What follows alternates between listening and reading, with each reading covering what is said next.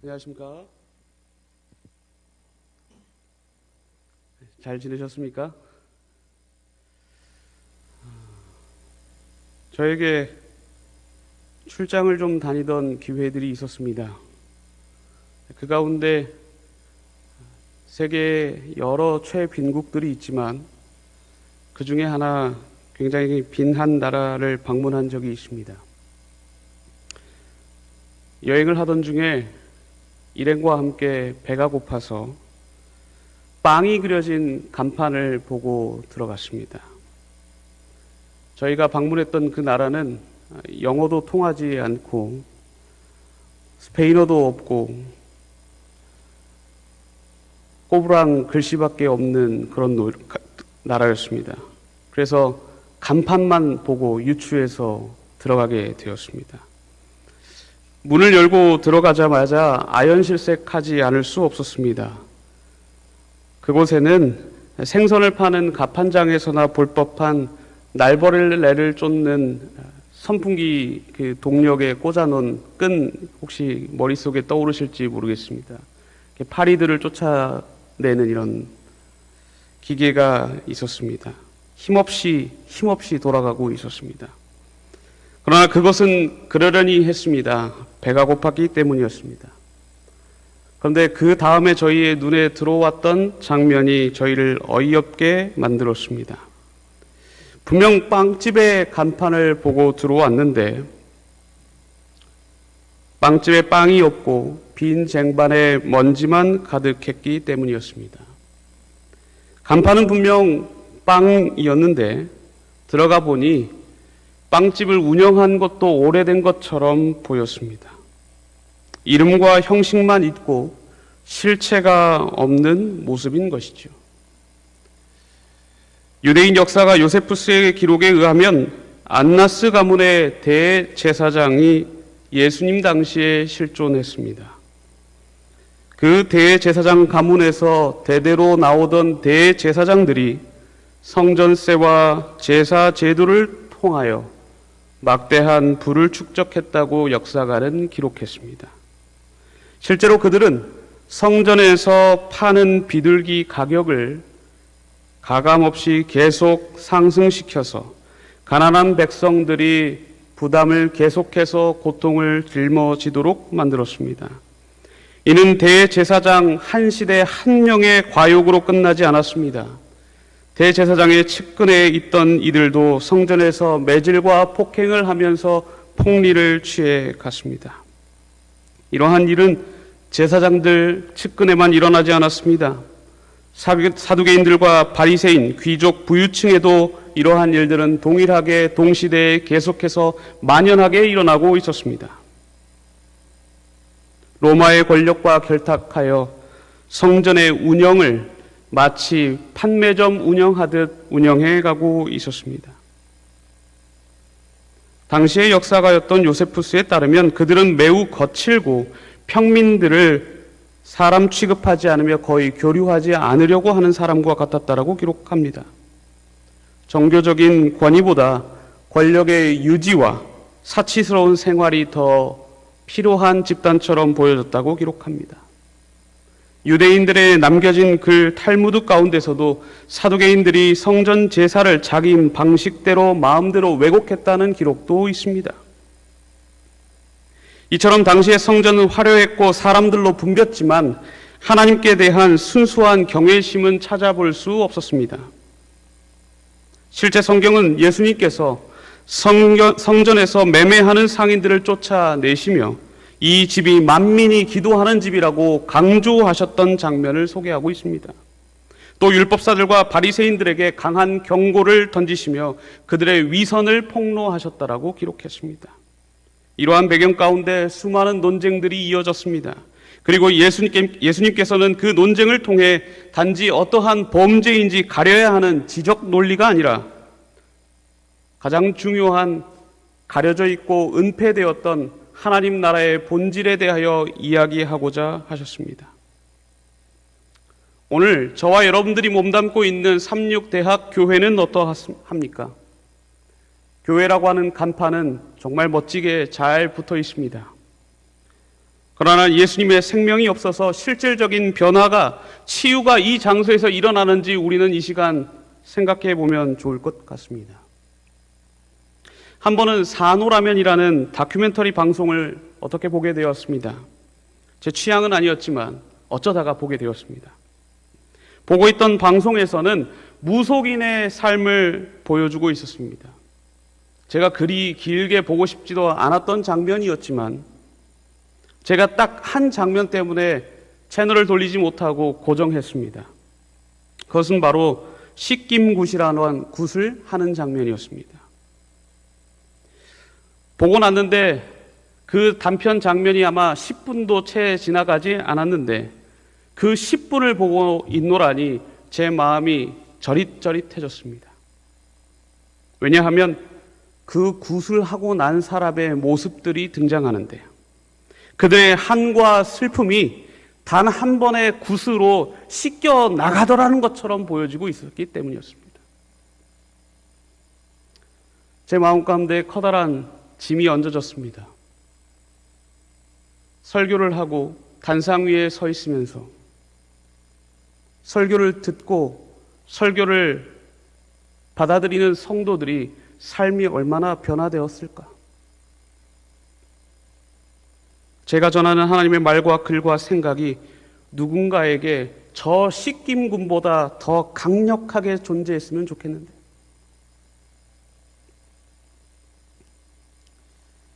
저는 복음성가를 그렇게 좋아하거나 가까이 하는 젊은이는 아닙니다. 그러나 그 가운데 좋아하는 곡이 하나 있습니다. 그것은 바로 믿음이 없이는 이라고 하는 노래입니다. 근데 이 노래 가사 가운데 제가 한 대목 때문에 이 노래를 좋아하게 되었습니다. 이 가사의 중간 가사가 이렇게 나옵니다. 나는 나그네로 왔는데 왜 주저앉게 되었나? 나는 청지기인데. 그날 안식일을 보내고 집에서 해가 질 무렵 돌아와서 저 홀로 소파에 앉아 하염없이 울고 있던 그날, 제 귓가에 들었던 노래 덕분에 저는 마음 가운데 굉장한 위안을 얻었습니다. 저는 그날 제가 담임하고 있던 교회에서 청지기처럼 목회한 것이 아니라 주인처럼 목회하려고 했던 사실을 떠올렸습니다. 주께서 맡겨주신 청지기의 삶을 사는 것인데 제 뜻대로 되지 않으니까 속이 시끄러운 것입니다. 돌아와서 부하도 나고 젊다고 해서 무시하나 열등감도 생기고, 우리의 생각과 우리의 판단, 우리의 뜻대로 되길 원하는 삶들이 우리는 많진 않았을까요? 당시 예수님 당시에 성전을 지키고 있던, 성전을 수보하는 자들, 제사장들과 사두개인들과 바리새인들과 율법사들에게도 동일한 질문이 짊어지고 있었습니다. 그들이 그렇게 원해도, 그렇게 생각해도, 그렇게 행동해도 되는 줄 알고 성전에서 그 일을 자행해 왔던 것이죠. 그래서 백성들 가운데 시끄러운 문제에 예수님을 끌어당겼습니다. 바로 로마 제국에 세금을 바치는 문제를 걸고 넘어졌습니다. 바리새인들과 헤롯 당원들이 정탐꾼을 보내 가이사에게 세를 바치는 것이 가하나이까 불가하나이까라고 묻습니다. 만약 예수님이 세금을 내지 말라고 하면 반란과 선동의 죄로 로마에 고발할 수 있었고, 세금을 내라고 하면 유대의 율법을 무시했노라고 지적할 수 있었습니다. 그들은 가이사의 동전을 들이미며 예수님의 대답을 오매불망 기다렸습니다. 예수님께서는 그들의 본질을 꿰뚫어 보시며 어찌하여 나를 시험하려 드느냐라고 물으십니다. 그리고 동전에 새겨진 가이사의 얼굴과 그를 가리키며 가이사의 것은 가이사에게, 하나님의 것은 하나님에게 바치라고 답변하십니다. 이것은 회피가 아니었습니다. 무엇이 본질이냐고 물으셨던 것입니다. 시대의 소망은 이 대답을 두고 예수께서 로마의 권세 아래 살고 있는 이상 세금을 낼 것은 내되 언제나 최우선은 하나님께 대한 충성을 먼저 할 것을 선언하셨다라고 기록하고 있습니다. 이 말씀의 의미를 더 깊이 이해하기 위하여 당시의 배경을 조금 더 살펴보기를 원합니다. 로마는 인구조사를 통해 사람에게 매기는 인두세와 토지세를 징수해 왔습니다. 미국의 한 성서학회는 예수님이 언급한 세라고 하는 단어가 인구조사에 따라 로마가 부과한 인두세를 가리킨다라고 설명합니다. 또한 로마는 유대인들에게 별도의 종교세를 부과해 예루살렘 성전 대신에 성전에 들어온 수입의 일부가 로마의 신전으로 향하도록 만들었습니다. 자신들에게 떨어질 이익이 줄어들 것을 포장하여 예수가 민중들을 향하여 어떠한 답변을 낼 것인가 대단히 궁금했던 것이죠. 그들이 예수님 앞에 가지고 온 문제는 그것으로 그치지 않았습니다. 율법학자였던 서기관들은 예수님께 이렇게 또 따져 묻습니다. 모든 계명 중에 첫 번째가 무엇입니까? 당시의 바리새인들은 10계명 중 네 번째 계명 하나님을 향한 의무와 나머지 6개 계명 이웃을 향한 의무보다 더 중요하게 여겼던 것입니다. 이 질문에 대한 예수님의 대답은 유대인들이 매일 암송하던 쉐마 신명기의 말씀을 기반에 두었습니다. 첫째는 이것이니 이스라엘아 들으라. 주 곧 우리 하나님 유일하신 주시라. 내 마음을 다하고 목숨을 다하고 뜻을 다하여 주 너의 하나님을 사랑하라.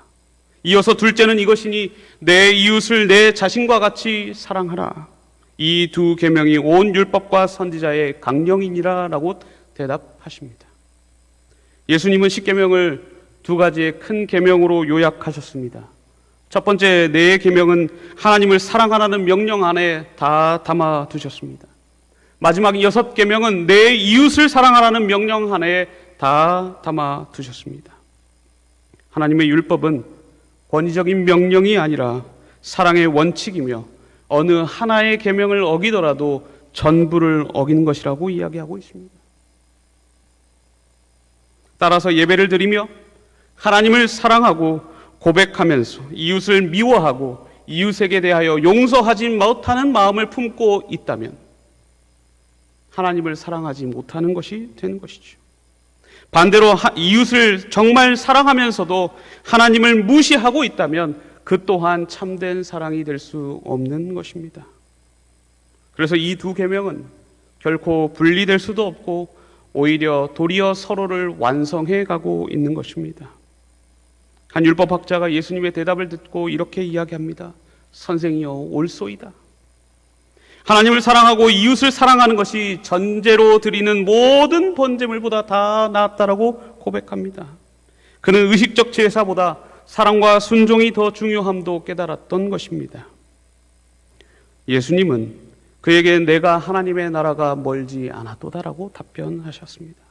율법은 우리의 죄를 깨닫게 하고 의무를 가르치는 것은 분명하지만 우리가 이를 행할 능력은 우리를 사랑하시는 예수 그리스도로부터 통해서만 얻을 수 있는 것입니다. 사랑의 율법을 제대로 잘 지키려면 예수께서 우리를 얼마나 사랑하시는지에 대한 깊은 확신이 있어야 하는 것이죠. 사랑하는 성도 여러분, 안식일을 창조하신 예수 그리스도를 정말 사랑하십니까? 저는 아이를 낳고 키우면서 참 다행이다라고 생각한 것 중에 하나가 바로 그것이었습니다. 그 전까지 알 수 없었던 부모라고 하는 이름이 아이를 키울 때 비로소 하나님이 저를 얼마나 사랑하게 되신지, 이 아이가 물을 엎지르든 소파에 올라가서 뛰든 먹다가 계속 질질 입에서 흘러나와서 거실을 어지럽히든, 물론 그때의 제 모난 성정은 의연아 그러지 마, 그만해 라고 이야기하지만 그 다음에 그 아이가 똑같이 한다고 해도 그 아이와 저는 여전히 아빠와 아들이라는 사실이 어느 순간 제게 얼마나 감사한지, 어떠한 잘못을 하더라도 아빠와 아들이라고 하는 그 관계가 변하지 않는 것처럼 예수 그리스도께서 우리의 아버지라고 하는 사실이 얼마나 감사하죠.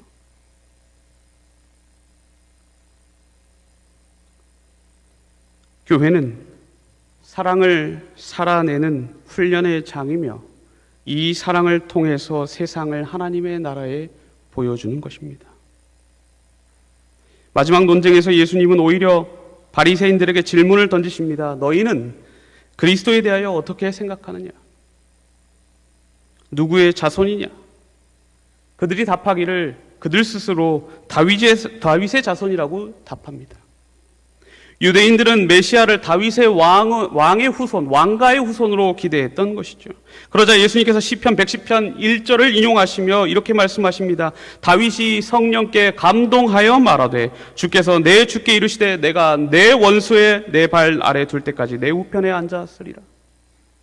다윗이 그리스도를 주라 칭하셨은즉 어찌 그의 자손이 되겠느냐라고 반문하신 것이죠.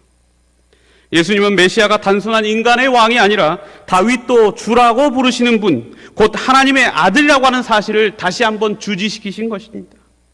바리새인들은 사람 메시아에 대한 기대, 환상이 머물렀지만 예수께서는 당신의 신성에 대하여 가리키고 계신 것입니다.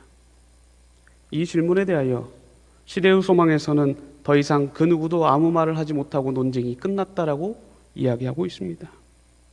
이 장면은 예수님의 정체성에 대하여 결정적이고 굉장히 중요한 가르침을 보여주고 있습니다. 예수님은 다윗의 자손으로서 인간의 연약함과 고통을 경험하셨지만 동시에 다윗의 주 곧 하나님이시라고 하는 사실이죠. 교회는 이 두 가지 진리에 대하여 강하게 붙들고 있어야 합니다. 예수님을 단순히 도덕 선생이나 위대한 예언가 정도로만 이해한다면 우리는 그의 권위와 구원을 놓치게 되는 것이죠. 그분은 우리의 죄를 속죄하시고 죽음을 통하여 이겨내시고 하나님의 아들이시며 우리의 주님이라고 하는 사실을 말입니다. 예수님과 종교 지도자들의 논쟁을 통해 드러난 교회의 본질을 저는 4가지로 정리해 보았습니다. 첫째, 교회는 치유의 공동체이다. 교회는 문제를 제거하기 위하여 존재하는 것이 아니라 상처받은 영혼을 치유하는 것이다. 제가 언젠가 목회를 시작하기 전에 저희 친아버지에게 이렇게 여쭈었습니다. 아버지, 왜 이렇게 교회는 시끄러울까요? 그래서 저희 아버지가 이렇게 저의 질문에 답변하셨습니다. 동네 병원이 중한 사람이 많을까? 대학병원이 중한 사람이 많을까?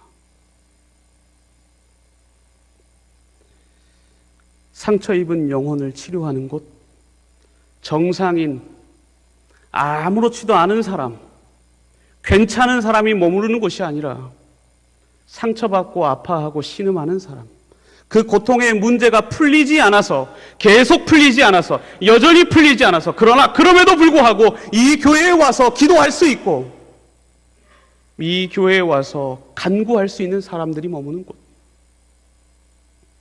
예수께서는 논쟁 속에서도 사람의 영혼을 치유하시는 곳에 집중하셨습니다.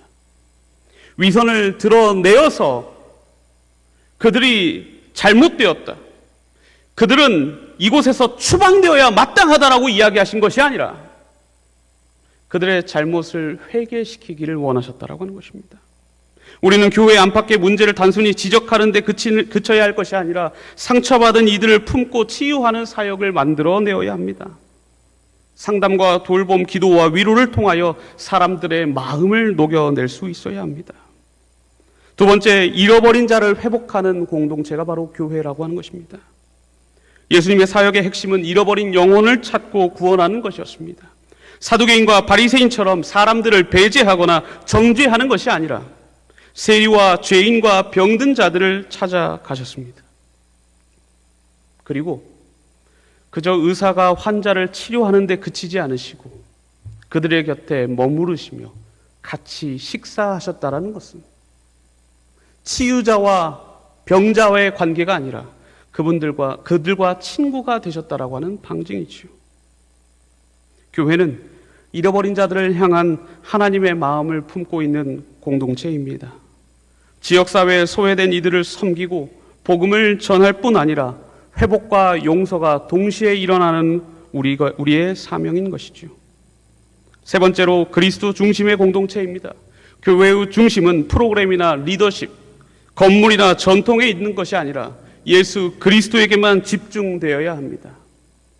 관례와 전통이 우선이 아니라 예수 그리스도가 우선이라고 하는 것이죠. 예수님 없이는 교회가 아무리 활발해 보여도 본질을 잃어버리는 것입니다. 버젓이 빵을 그려놓은 간판이 있었지만 그곳에 빵이 없었다면 그곳은 더 이상 빵집이 아닌 것처럼 말이죠. 바리새인들과 사두개인들은 성전과 율법을 자랑했지만 메시아를 거부함으로써 하나님의 나라에서 점차 멀어졌습니다. 우리의 예배와 설교, 교육과 봉사의 중심은 오직 예수이어야 합니다. 그분의 십자가와 부활, 그리고 그분이 전해준 재림의 소망을 전할 때 교회는 비로소 참된 생명을 전도할 수 있게 됩니다. 네 번째, 마지막으로 형식보다 생명을 중시하는 공동체가 바로 교회라고 하는 것입니다. 예수께서는 사랑과 정의, 진리를 본질로 삼으셨으며 형식과 논쟁이 되는 삶을 대체하고자 하셨습니다. 겉모습과 의식을 강조했던 종교 지도자들은 사람의 심령을 변화시키지 못했습니다. 교회는 예배의 형식이나 프로그램을 넘어 생명의 말씀의 주인이신 예수 그리스도를 전달하는 공동체라고 하는 것이죠. 성령 안에서 살아 움직이는 예배 공동체. 말씀을 사모하다 못해 그 말씀이 삶 가운데 뛰쳐나오는 공동체. 나눔과 봉사를 통하여 세상을 움직여 보려고 하는 공동체 말입니다. 예수님 시대의 논쟁은 오늘날 교회의 모습과 겹쳐집니다. 교회는 종종 교리적 논쟁, 정치적 이념과 대립, 그리고 형식과 제도에 얽매여 진정한 사명을 잃어버릴 수 있습니다. 논쟁이 필요 없는 것은 아니지만 논쟁에서 이기는 것이 목적이 되어서는 안 된다라고 하는 것입니다. 지식적으로 안다는 것과 경험적으로 안다는 것의 차이가 무엇일까요? 저는 이렇게 정의하길 원합니다.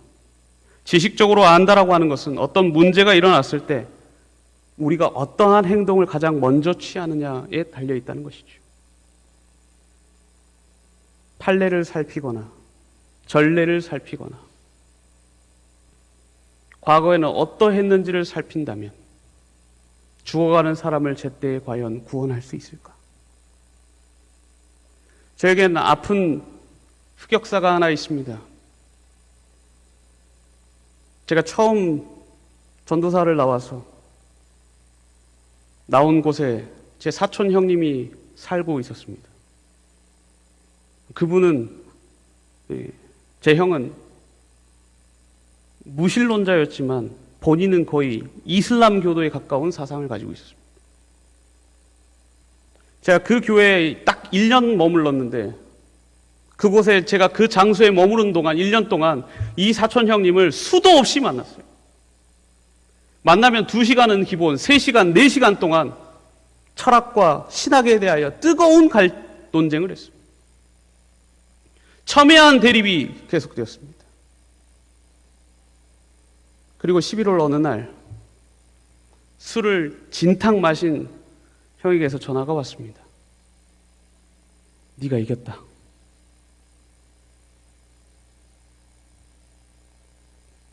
이긴 줄 알았습니다. 그리고 그 형님이 침례 받을 수 있다고 생각했습니다. 그리고 2달이 되지 않아 불의의 사고로 뇌사 상태, 식물인간이 되었다가 마침내 죽음을 맞이했습니다.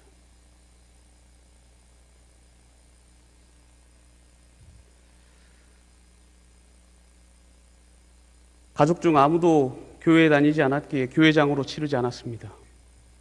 치를 수 없었습니다.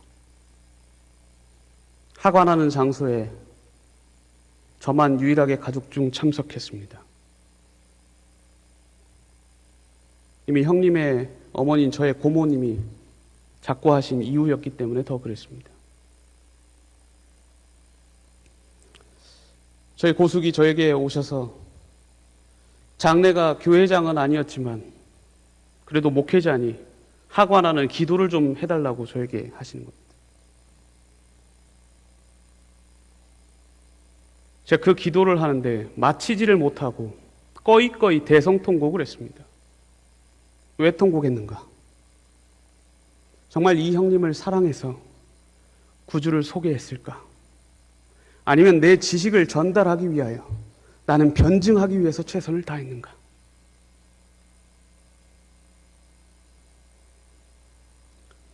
무엇이 본질이고 무엇이 논쟁의 주안점이 되어야 할까?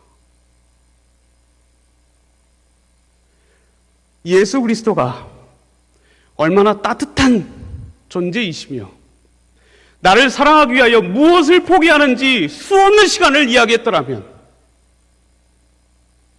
복음을 소망 안에 품고 죽음을 맞이하지 않았을까?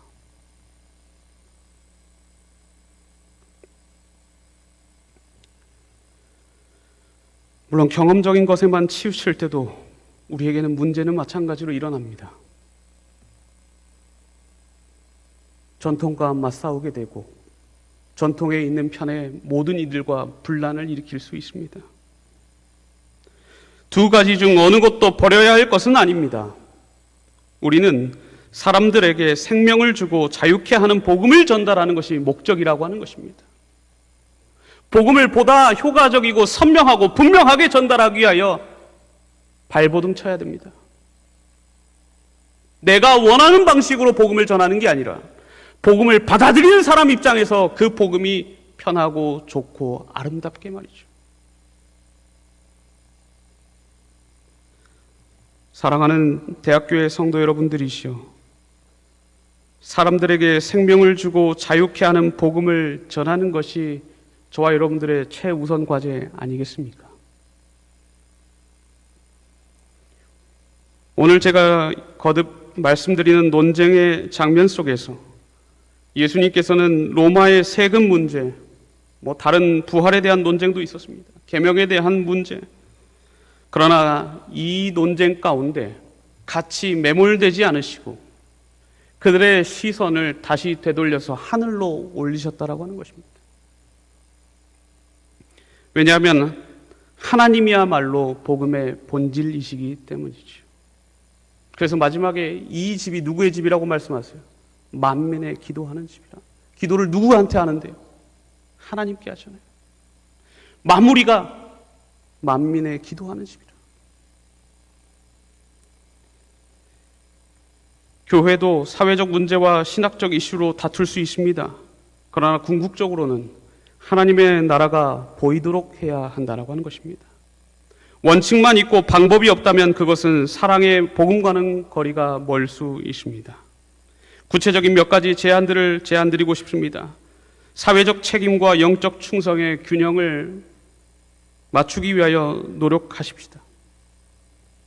우리는 세상의 법을 충분히 존중하고 그 주어진 책임에 대하여 열심이어야 합니다. 세상 속에서 선한 영향력을 미치려면 반드시 해야만 합니다. 동시에 우리의 궁극적인 충성은 하나님께 있습니다. 세금이나 정치, 직업, 가정생활에서 하나님 나라의 가치들이 드러날 수 있게 우선적으로 만들게 되길 간절히 바랍니다. 다음 한 주 동안 가정 안에서 하나님의 나라를 가치를 실현하기 위하여 무엇을 할지 구체적인 행동을 작성해 보면 좋을 것 같습니다. 예를 들어 가족과 함께 기도의 시간을 확보하기 위하여 발버둥 치게 되길 간절히 바랍니다. 또 미루어둔 화해의 말을 하기 위하여 시간을 들여 무릎을 꿇게 되기를 간절히 바랍니다. 또한 사랑을 실천하십시오. 가장 큰 계명은 하나님 사랑과 이웃 사랑입니다. 예배와 섬김이 사랑의 기반으로 시작되게 방법을 찾아야 합니다. 지난 안식일 담임 목사님이 설교하신 내용을 실체화하기 위하여 대학 목회부에서 노력하고 있습니다. 이번 주에 한 사람을 정하여 사랑의 표현을 해보는 것을 도전해 보시면 좋을 것 같습니다. 짧은 격려의 문자, 아주 소소하지만 한 사람의 기분을 좋게 만들 수 있는 선물을 준비하는 것도 좋을 것 같습니다. 지난 학기 저도 하지 못했던 학생 한 명 한 명의 기도의 명단을 두고 매일 아침 저녁 기도 시작했습니다. 매일 저녁 온 가족이 함께 구도자 학생들을 위하여 기도하고 있습니다. 교회 공동체를 치유와 회복의 공간으로 만들어 보시면 좋을 것 같습니다. 상한 마음으로 찾아오는 이들에게 따뜻한 환대와 돌봄을 제공하고 실수와 죄를 정죄하기보다 회복을 덮는 문화를 만들면 좋을 것 같습니다. 누구나 올 수 있는 교회, 누구에게나 열려있는 교회, 상황과 환경이 어떠하든지 발딛고 들어올 수 있는 교회가 되면 좋겠습니다. 혹 모자를 쓰고 슬리퍼를 신고 오는 학생이 있다 하더라도 정말 사심 없이 정말 잘 왔다. 교회를 못 들어오고 차마 지나쳐 가더라도 오늘 좋은 날더라. 오늘 정말 좋은 날 됐으면 좋겠다. 혹 정성과 태도가 부족하지만 그 부족한 태도를 사랑하시는 그리스도를 깊이 경험하게 되길 간절히 바랍니다. 시대의 소망 66장은 논쟁의 연속이었습니다. 종교 지도자들은 예수님을 함정에 빠뜨리려고 노력했지만 결국 예수님의 지혜와 진리 앞에 침묵할 수밖에 없었습니다. 논쟁은 끝났지만 예수 그리스도의 말씀은 오늘 저와 여러분의 귓가에 울리고 있습니다. 교회의 본질은 예수님을 드러내는 것입니다. 그것이 바로 복음입니다. 예수님이 엄히 꾸중하신 이야기, 그분도 상을 들어 엎었다는 이야기가 우리의 머릿속에 남지 않게 되길 간절히 바랍니다. 그 이야기의 일부가 비록 공의와 정의에 대하여 의역할 수 있다 할지라도 그것이 전부가 아닐 뿐더러 예수께서 원하신 것은 그것이 아니었다라고 하는 것이죠. 예수님 없는 교회는 빵집에 빵이 없는 것과 같습니다. 형식과 논쟁은 그저 불 꺼진 간판에 불과합니다. 우리에게 필요한 것은 생명의 빵의 주인이신 예수 그리스도입니다. 빵을 구울 수 있는 사람들, 빵을 나눌 줄 아는 사람들, 그 빵을 위하여 내 시간과 내 노력을 기꺼이 헌신할 수 있는 사람들이 다니는 교회, 이곳 삼육대학 교회가 되었으면 좋겠습니다.